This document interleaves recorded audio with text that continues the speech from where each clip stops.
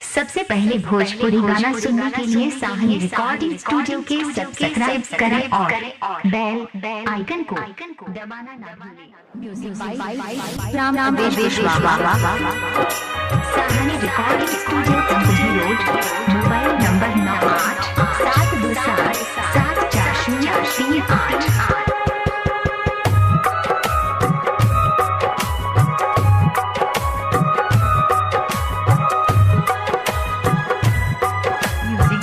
Surendra Sahni Tambuhi road.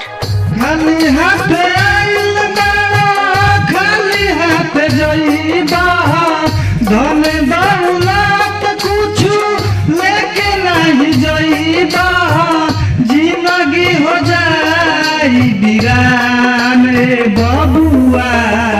बजल न हरि जी के नाम ए सुगरा, बजल न हरि जी के नाम। खाली हाथ आइल बाड़ा, खाली हाथ जइबा, धन दौलत कुछु लेके नहीं जइबा, जिंदगी हो जाई वीरान रे बबुआ। बजल न हरि जी के नाम ए सुगरा, बजल न हरि जी के नाम, बजल न हरि जी के नाम।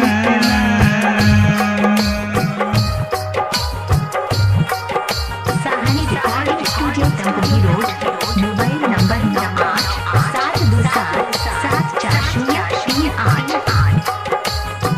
बजल न हरि जी के नाम।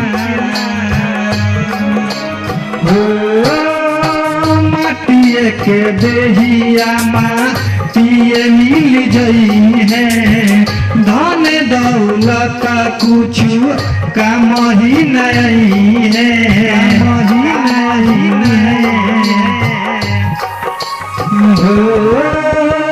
माटिए के देहिया माटिए मिल जई है, धन दौलत कुछु काम ही नहीं है।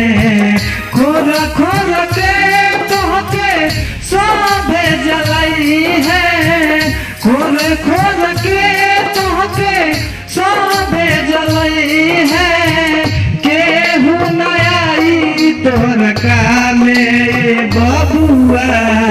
बजल न हरि जी के नाम ए सुगरा, बजल न हरि जी के नाम, बजल न हरि जी के नाम।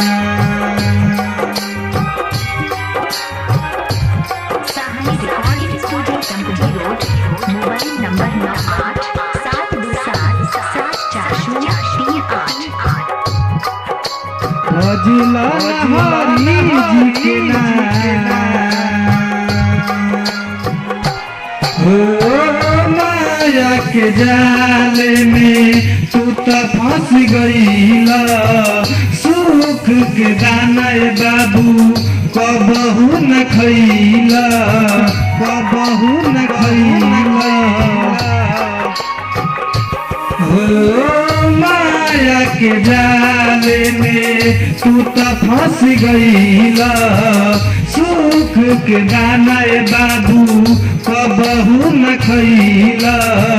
जहिया खबर वही जैसे आई, जहिया खबर वही जैसे आई, जिंदगी हो जाई वीरान रे बबुआ। बजल न हरि जी के नाम ए सुगरा, बजल न हरि जी के नाम, बजल न हरि जी के नाम। Sahni recording studio Tambuhi road, mobile number 9872774038। बजल न हरि जी के नाम। हो जग में अमर बा